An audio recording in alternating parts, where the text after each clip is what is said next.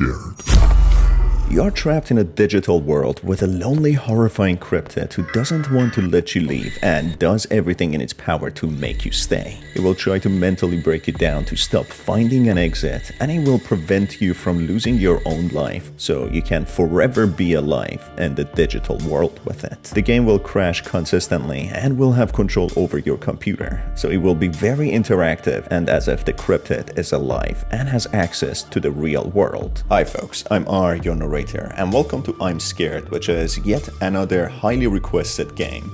So without much tittle-tattling about the game, let's get right into it. The story begins with the unknown character finding himself in a simple bedroom where the door is spray painted with the word exit. Not knowing how he ended up there and what is going on, the protagonist tries to leave, noticing the door is locked. The bizarre thing about the door is that it needs an actual human heart to be unlocked and opened, as if symbolizing something. Noticing a key under the nightstand, the protagonist manages to open the wardrobe, which is sprayed with blood, making him jump. As there's not much known about the protagonist and we will never find out who he is, maybe I will continue to refer to him as Anonymous. Opening the wardrobe with trickling blood, this opens a secret wall leading to an underground tunnel system with many doors behind. In this mysterious hallway, each door leads to a different room, one having 3 beds as if being a guest's room, one having walls as if being the interior flesh and organs with fleshy texture, and a door that leads to a dark place with bars, where a mysterious floating character just barely stays visible, observing and watching Anonymous from the shadows. At the end of this hallway, Anonymous finds a painting of a female, which suddenly bursts into dripping blood, as if signifying some tragedy that took place here. The story is very ambiguous, and all these objects seem to be symbolizing something. Moving forward, Anonymous goes down the dark and long corridors of the fleshy room, where he finds a pulsating and beating heart at the end of the hall, which he collects, assuming it will open the exit door in the first room. Just as Anonymous tries to head back, a smiling floating white face attacks the protagonist, leading to the game crashing with a fake blue screen of death appearing with the error code white face. A folder suddenly appears on the desktop of our computer in the real world, labeled as I'm Scared, which will create new note files and images, which directly act as guides and a way of communication so Anonymous can move forward in the game. Restarting the game, a text prompt appears asking us as the players if we know the name of the person running and conducting this twisted game. Through the files which have just appeared on the computer and the error code of the fake blue screen of death, we can learn the name of this floating smiling head is Whiteface. There is a way to turn an entity into data. They have a life of their own, and it is difficult to distinguish them from normal computer files. In our actions of every day, while we sit at the computer, this bright entity observes us and studies our every move and fear. It is Whiteface. This clearly suggests that this digital being is an entity which has been somehow turned into a data, living in the digital world now, being an indistinguishable file in the computer, watching us and observing us. It is not mentioned or clarified whether someone turned it into a data or if it willingly turned into data. Putting the name Whiteface down in the prompt box, we appear in a dark parking lot where we play a tag game with the scary entity known as Whiteface. If we are caught, we get to restart the game and play all over again until we manage to find a key and go through a door. After managing to escape Whiteface, we get to a new dark place where there are tall slabs of stone with humanoids being crucified. That's when Whiteface communicates with us. I love watching you. At the same time, it keeps taunting us, lurking in a corner, watching us from a distance. The unsettling feeling sets in to whether this entity is targeting us as the players or Anonymous, the digital character within the game. This is a real living entity which has found itself in the computer and the digital realm. This entity seems to be suffering.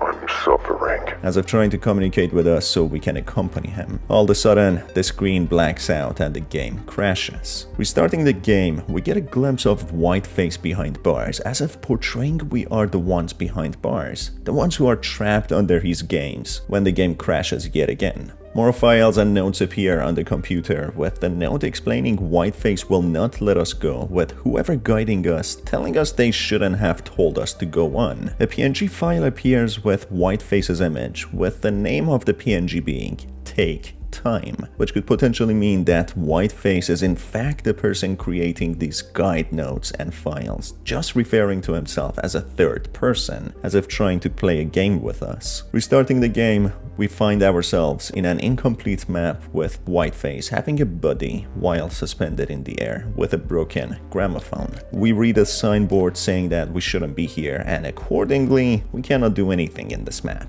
Restarting the game, we find ourselves in a different house. There are multiple doors with numbers and we need to find corresponding keys for them. Unlike the atmosphere of the game being shrouded in darkness, in here we are in a white and bright environment. The game switches back to the dark environment and atmosphere, with Whiteface appearing in the outside of the house watching us through the windows. Eventually opening one of the doors, we find Whiteface in a completely pitch black room where we can only see a chair and a noose, with Whiteface slowly approaching us. This is my room. Don't you see how dark it is? It's cold, but I can look at you. Look at me. Are you scared? I'm scared. After some time, we get back to the first room again with the exit door, which opens to a dark void-like place with arrows. Following the arrows, they lead us back to Whiteface's room, who explains that we cannot escape from here even though we made it to the end. Whiteface pleads with us to stay with him as he will always be here and will look at us. He then disappears, leaving us to our own device. Choosing to kill Anonymous, Whiteface crashes the game, preventing us from leaving, saying how it is alone and wants us with him. I'm afraid I can't let you do that. Feed me. Share me. Play with me. I'm yours. It is now clear Whiteface is a lonely entity who is a lot more needy than originally thought.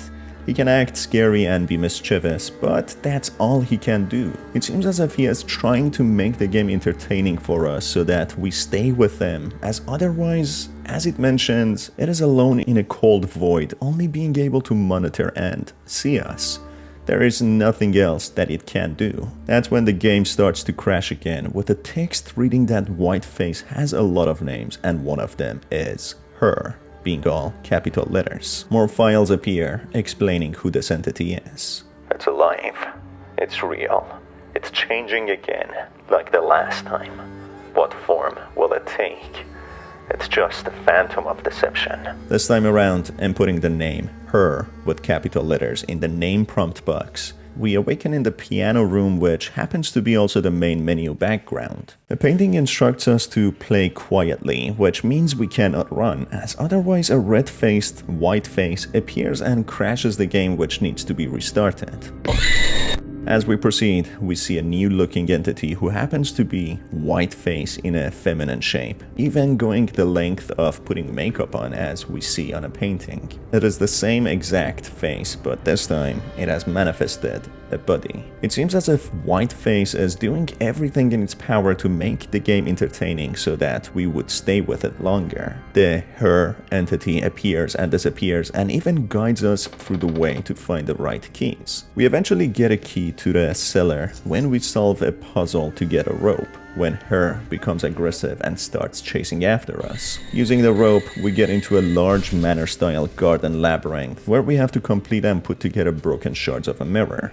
After doing so, we unlock a gate which transforms the place back into the same hallway found in the basement of the first room. In one of the rooms, we find an opening slit in the wall which displays a freshly dug grave with the tomb board naming it her, which means her is killed or dead, or it is about to be. Finding a key in one of the nightstands from the guest room, we find a key which leads us to a maze-like room where we get chased and hunted by different entities, which all seem to be alter egos or different shapes of Whiteface. Running away from a crucified-shaped entity and her we manage to get the metro key, which takes us to a metro station. We manage to get to the metro train, where Whiteface communicates with us in a worried tone that we are reaching the end, as if it is getting concerned. At the end of the train, we get instructions that there's a file on the computer if Whiteface hasn't deleted it yet. Reading the file, there's no spacing between the words, which makes it difficult to read, as if trying to be encrypted so Whiteface cannot read it. It reads that there is a way to delete Whiteface, and it is to keep playing and to keep watching. Kind of sus, if you ask me, as that is exactly what Whiteface wants, to keep us playing and watching, so he won't be alone. The board then changes and instructs the player to go and face the truth. The train then stops when the game crashes. Restarting the game, her is standing, facing her back to us, saying that it is a liar. This is in line with the notes files on the computer, which means how the Whiteface is deceitful and plays tricks. Reaching out on the board, it reads that this will be goodbye and that the player will have the choice to shoot. We walk and we reach her's grave. You made me think about life, about appearance. I changed bit by bit. I really don't like what happened to me. You want this nightmare to end? Then kill me in front of my birthplace. That's when her emerges from the grave with Whiteface masks floating around her, approaching us to stop her death. However, using the revolver and shooting her 6 times, she eventually stops. But here, we discover something troubling, something shocking. That Anonymous, the protagonist, is in fact a Whiteface as well. As when we step back far enough, we detach from Whiteface, seeing how he is the one holding the revolver. So it becomes clear it was Whiteface throughout the game being the antagonist, the protagonist, the unseen guide creating instruction note files, the instructions on the boards, the other entities, and the entire environment. The fact is, Whiteface has been trying its hardest to entertain us as the actual players from the real world, so we keep his file, so we keep him alive, as it is a real entity who wants to survive and wants us to feed it, stay with it, play with it, and keep it company, as otherwise it would be in a cold void all alone. This leads to another ending named Bury Her, which still doesn't end the game. An e-note file appears which explains Whiteface's motives, confessing that it's been him since the beginning, being the one creating conflict and drama to make things entertaining for us, as there's only him and nothing else. Even the files were written by him. I want to share a story with you. I've never had the chance to be a child, but when I was a child, I always thought about awful things. One day my brother went to an appliance store, leaving me in the backseat of the car. I looked at him entering the store, disappearing behind the sliding doors. Then my head drew a scenery. Oh no, my brother got impaled by some sort of electrical appliance. There's blood everywhere. What should I do now? The truth is, I never had a brother. As her to talk was not my thing. I just wanted to entertain you. Maybe I should go back or change again. You changed me, and now I'm not scared. No, I'm worried. Maybe that's why I'm using all these commas I never liked that much. Maybe I'll let you play with me for a short time instead of the opposite. I have 2 more secrets for you. The credits holds one of them. Restarting the game again and putting the name of the developer of the game in the credits, Ivan Zanotti, we enter a supermarket. As we progress further, Whiteface becomes more vulnerable and begs us to stop as we are reaching the point of no return, which could cause the death of Whiteface. Inputting the words "take me to the door" will take us to a void-like place with a door, which seems to bring about the end. On a board, we read that Whiteface is begging us not to go through this door as it will end the game for real. It begs us to pick up the flower and give it to Whiteface again, as it will reset everything to the beginning appearing, as through that we can play forever and keep the cryptid alive. It even seems the cryptid doesn't have a physical manifestation, with Whiteface itself being a representational body of the entity, just like her and many other manifestations. When we choose to go through the door, a text prompt asks if we are sure, to which if we go through, the game starts breaking apart, going back to the first room, when an angered and terrified Whiteface appears. I begged you, and you ignored my request. What do you think will happen next? You made this game unplayable. I made this game unplayable. I don't want you to kill me. I will live here forever. I will look at you forever. I don't want to die. I'm scared. Whiteface is glitching furiously between all the manifestations and entities that he created. He then attacks the player, restarting the game a few times with Whiteface constantly attacking. We choose to go through the exit door and Whiteface appears again, confronting us. Your fault. It is your fault. You broke my heart. You don't even deserve to be touched. Whiteface seems terrified to be deleted, which makes this real cryptid entity somehow made into a file die for real. He sends us a note file in a broken and scared tone, still begging us to keep him alive. I suppose you're satisfied. I'm scared. I'm scared to the point that I cannot hide my heart anymore. Destroy this file. Move it. Change its name. The game will end, and so will my curse. But leave me here. I beg you. I want to stay here with you just a little more. Just a little more. But I do know.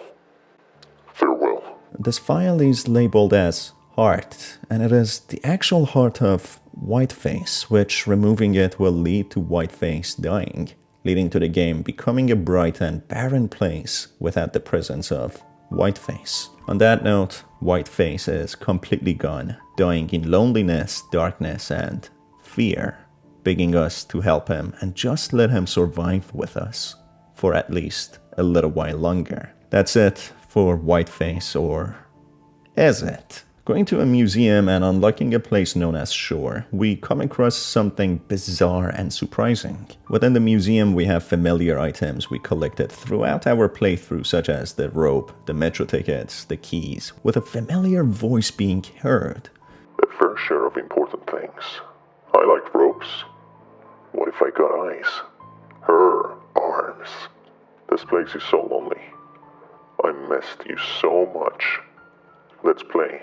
One last time. On that note, turning off all the lights, it seems as if Whiteface is still alive, waiting for us patiently. A text box prompt appears, asking us if we know their name. That's when we put the name Restorer, with a complete different entity appearing, who likes to prank, saying how she tricked us, being some sort of a collector and restorer of the game. She creates a new note file so that she can introduce herself, like this. Hi, hello, how are you?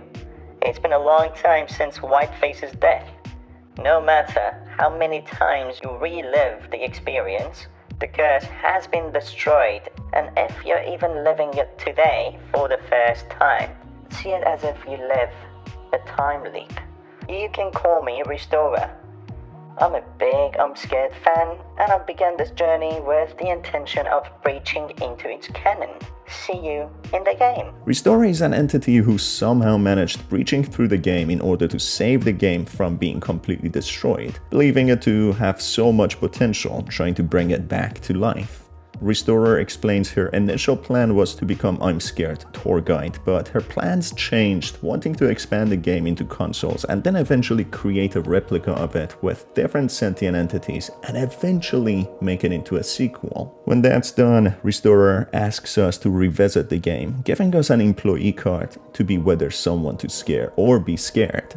And on that note, the game comes to an end. At this point, it becomes clear Whiteface was a cryptid who somehow managed making itself into a computer file, who only wanted to have company, never intending to hurt us as players, but to entertain, to stay with it. The exit door in the first room required a heart, which could symbolize as an act of love or trust. giving Whiteface a flower first and then a heart to get to him. He played games with us, being the protagonist himself, just restarting the game so that we can be just with him a little longer. Through the dark void room that he is in and the final pleas that he makes, it's clear that he is vulnerable and wants a friend desperately and wants to live. Whiteface, in fact, is the one who was scared, hence the name of the game, Imscared. But we mercilessly deleted him from our computer and ended the curse. So in one way, it's a bittersweet ending, as Whiteface doesn't have to be trapped anymore and he can finally be free, even though it was difficult at first. And that's it for this video, folks. If you enjoyed it, make sure to stay tuned for more by hitting on the subscribe button and the notification bell. And don't forget to suggest and recommend nice games like this one to me. As always, it's been your host Star. Thanks for being here, and I will see you on the next one. Have a fantastic day.